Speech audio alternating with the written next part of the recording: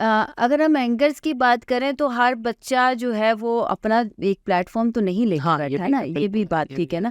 ना। वो बच्चे जो किसी न किसी इदारे से निकाले हुए हैं या किसी न किसी इदारे पे किसी न किसी रीजंस की वजह से हुँ, आउट हैं, तो वो अब जो बच्चे नए आए हैं तो ज़ाहिर सी बात है, अपनी पहचान मुझे 8-10 साल लगे हैं अपनी थोड़ी बहुत पहचान बनाने में।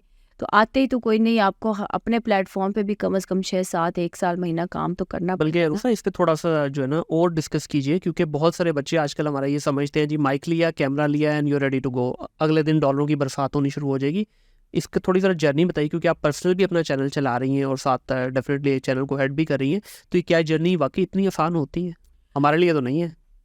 डिफरेंट है ना, डिपेंड ये करता है ना कि आप सोशल मीडिया को किस पॉइंट ऑफ व्यू से लेके जा रहे हैं। आप ज़्यादातर तो बच्चे आजकल करियर बनाने के लिए ही आ रहे हैं। करियर बनाने के लिए आ रहे हैं, लेकिन ये भी है ना कि आप उस पे कंटेंट किस तरह का लेके आ रहे हैं। यही तो मैं बात कर रहा हूँ, जब करियर के आपका ज़हन में पहले दिन से डॉलर होगा ना, फिर फिर आप आपको कुछ अच्छा कुछ भी बुरा नहीं, नहीं हाँ, देखते, फिर फिर आप आप इखलाकियात से भी क्वालिटी पे तो गिरेंगे। जाते ही नहीं है ना, हुँ। आप क्वांटिटी पे जाते हैं। हर अच्छी बुरी चीज़, ये इतने ये वाले वर्ड, वो बेहुदा अल्फाज, ये चीज़ें, वो सारे जी। जैसे अभी हम देखें कि वो पुलिस वाले को रोक लिया था तो उसने किस तरह से वो आईजी हाँ, साहब को उस तरह से उन्होंने एक वो अब्यूज लैंग्वेज जी, यूज जी, करना जी, शुरू बिल्कुल। की। हुँ। फिर अभी एक और यूट्यूबर था, उसने किसी पुलिस वाले को लड़ने बाजार में रोक लिया था।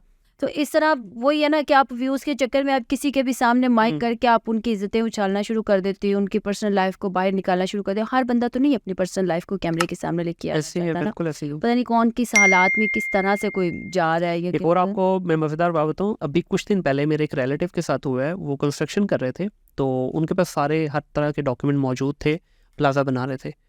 कोई अननोन चैनल वाले बाइक पे 2 लोग आए हैं, एक ने कहा है जी मैं एंकर हूँ और दूसरे ने पीछे कैमरा पकड़ा हुआ था एक। तो उन्होंने उनसे पैसों की डिमांड की कि अगर आप देंगे तो ठीक है, अदरवाइज़ हम आपकी न्यूज़ चला देंगे। हाँ, तो ठीक देखिए है, ना अब ये। वो बेचारे डर गए और हाँ, पहली दफ़ा उन्होंने दे दिए, 3-4 दिन बाद उनके कोई तो दूसरे ये तो साथी आ भद्दा गए। सिस्टम बन गया ना हाँ, आप लोगों का, तो तो अब ये आप भी ना मीडिया को भत्ते के तौर पे इस्तेमाल भद्दे करना के शुरू तौर कर पर दिया हुआ है। तो रिपोर्टर बेचारे, मीडिया में तो पहले ही सहाफ़ी लिफाफे के तौर पर जाने जाते हैं। हाँ, तो अब तो मीडिया का इस हद तक वो चीज़ें होने लगी कि सिर्फ़ इन लोगों की वजह से या इन जैसे चैनल्स की वजह से है, जो लोग सही फ़ील्ड में काम कर रहे हैं ना, वो भी अब सही से काम नहीं कर सकते। सो यहाँ तक ये चीज़ें आ गई हैं।